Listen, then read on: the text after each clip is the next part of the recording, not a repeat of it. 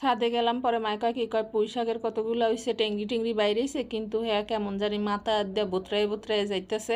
হেডিরে উড়াই আনলে দেখা যায় ভাজি করে এলাম মনে।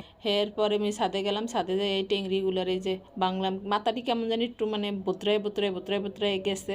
এর লেগে চিন্তা করলাম যে না তেমন একটা ভালো হইতেছে না, তাই টেংরিগুলো উড়াই হেলাই।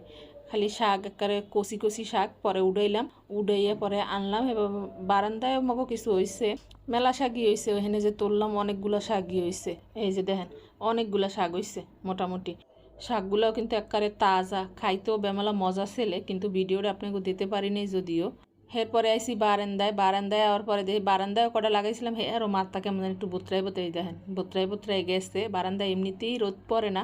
এরপর বারান্দার শাকগুলারও ওই পরে টেংরি ভেঙে লইলাম, যে সবগুলারে একবারেই লইয়া ভাজি করলে খাওয়া যাবে, একটু বেশি হবে। পরে বারান্দার গুলোরেও টেংরি ভেঙে লইলাম। এই যে বারান্দার ওখানে আরও কয়টা স্টবে হইছে, বারান্দার একটু বাইরের দিক দিয়ে লাগাইছিলাম। এই যে শাকের ওই যে ইয়াগুলো আছে না, ডাডাগুলা লাগাইছিল, এরকম সুন্দর সুন্দর শাক হয়। যে কি সুন্দর, এই বালতিটা অনেক শাক খাইছি, অনেক কয়েকবার খাইছি। মানে এটা একটু বারান্দার বাইরের দিক দিয়ে সানসেটের উপরে দেওয়া তো, এখানে আবার শাকগুলো একটু সুন্দর হয়। পরে সেদিনকে অবশ্য সবগুলারই তুলে হালাইছে। এই যে মেলা শাক হয়েছে দেখছেন, আরো আছে, এগুলো সব বারান্দা দিয়েই তুলছি।